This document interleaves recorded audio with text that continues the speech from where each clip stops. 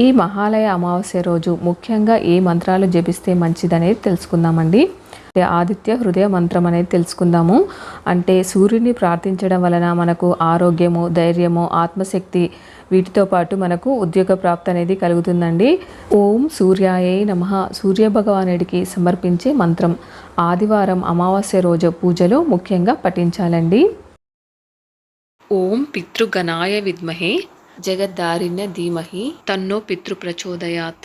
ఈ మంత్రము పూర్వీకులకు శాంతి చేకూరడానికి, పితృదోషం తొలగిపోవడానికి ఉపయోగిస్తారండి. 4వ మంత్రము శివ మృత్యుంజయ మంత్రం అండి. శివుని పూజలో అమావాస్య దోష నివారణ, ఆరోగ్య రక్షణకు జపిస్తారు. ఇక 4వది లక్ష్మీదేవి మంత్రం అండి. ఆర్థిక లాభాలు, సంపద కోసం ఈ మంత్రాన్ని పఠించాలి. విష్ణు సహస్రనామ మంత్రము విష్ణువు ప్రార్థన కోసము పఠించాలి. శాంతి, సుఖ సంపద కోసము ఉపయోగించే మంత్రము విష్ణు సహస్రనామ మంత్రం అండి.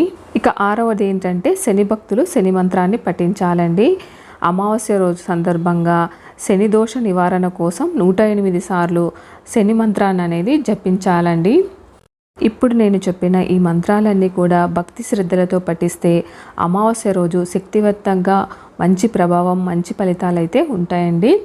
ఇలాంటి మంచి ఇన్ఫర్మేషన్ కోసం మన ఛానల్ని ఫాలో అవ్వండి.